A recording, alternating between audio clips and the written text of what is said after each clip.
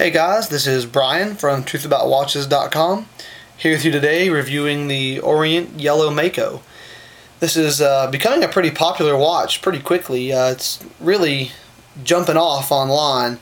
They're almost everywhere now. They're for sale all the time on Watch You Seek. I see them all the time just bouncing around eBay. They kind of just appeared out of nowhere for me anyways. I really was never familiar with them until the first one showed up in my email box. Somebody offered me one, a friend of mine, and I picked up a black one, and been pretty hooked on them ever since. If we can get a little closer look here, the movement on these watches is super smooth. I'm not familiar with what movement this watch is using. Orient's website just says 21 joule mechanical or automatic, so they don't want to divulge that information, I guess. But as you can see, it's really smooth. The bezel on these watches is ridiculous.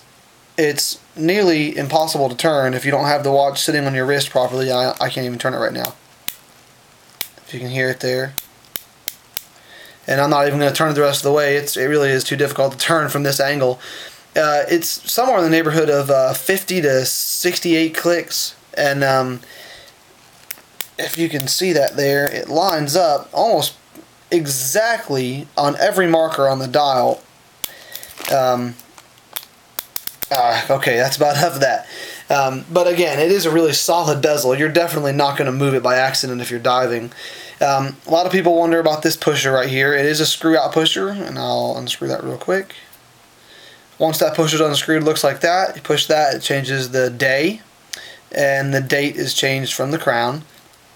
The crown, the case is really pretty thin, somewhere in the neighborhood of like a Seiko SKX 007, the normal Seiko automatic diver that uses the 7S26, about the same size.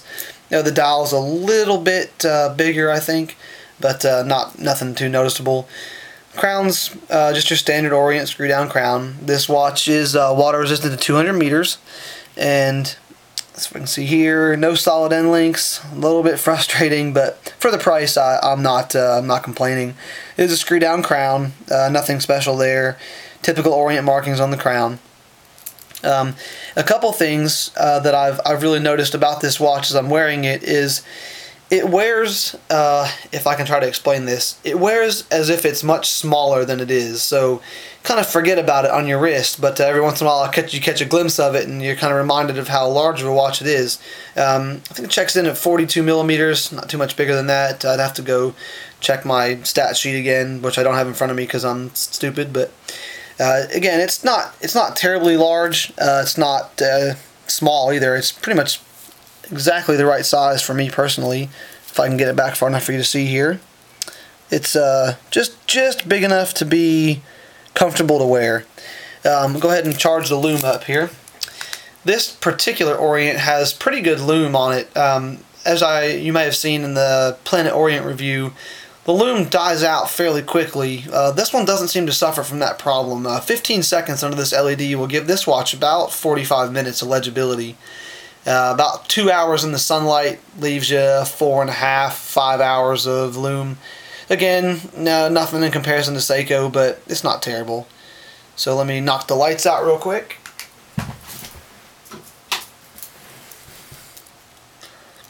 And you can see there, it's a really bright watch, and it stays bright for probably about 10 minutes after that charge, and then it just remains legible for another hour, or 30 minutes to an hour, depending on how dark it is.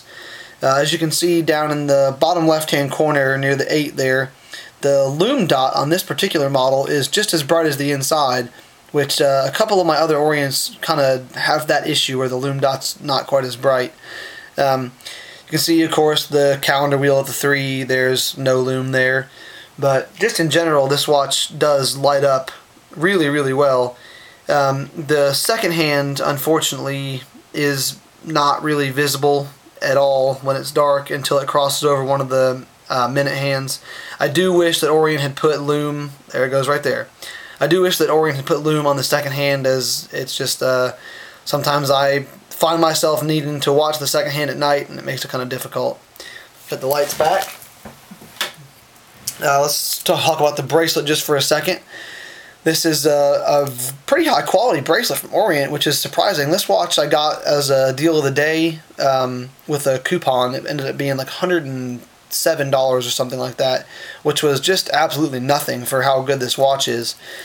Typical Orient clasp, which if you're familiar with my reviews, you'll recognize already. The little spring bar and the fold over. I love it. Solid as a rock. Actually, this particular watch is pretty hard to open back up once it gets clicked down. Which again, that's awesome. It does have the dual button deployant. It's just another little interesting thing about Orient there.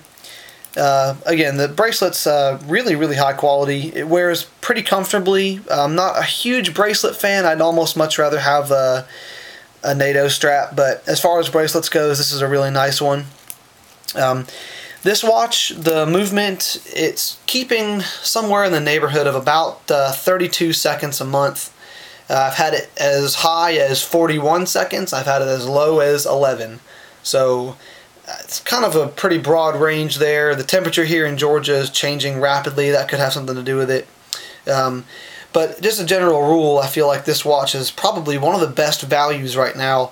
For somewhere in the neighborhood of $100 to $150, you can pick up one of these of any color. The yellow one is priced slightly higher. I'm not sure why that is. They must feel like it's more unique. It seems kind of silly to me, but if you already have an orange monster or a black monster and you're looking for something maybe a little bit more dressy, something you could probably wear to work without getting some of those strange stares, this is going to be your best bet. They make it in black and blue, which are pretty standard colors. They look more like a Rolex than anything else. Again, they're just good-looking watches all around. I personally have just a weakness for yellow dialed watches or bright dialed watches, which makes this right up my alley. Again, I'll just repeat that this is probably one of the best values, I'd say, in the $100 to $150 market. You really can't go wrong with any of the Makos or the Mako's new big brother, which is just only slightly more expensive. A couple things I think I forgot to say. It is a screw-down crown, and I think that's about it. This has been a really good watch for me, and it sees a lot of wrist time out of my pretty large collection. This one seems to get pulled out a lot, so that's saying a lot for a watch that has been a new addition that I haven't really gotten a chance to grow accustomed to yet. So if you get a chance to pick up a Mako for a reasonable price, I'd say it's worth your time. I guess that'll be it for today, and I'll see you guys next time.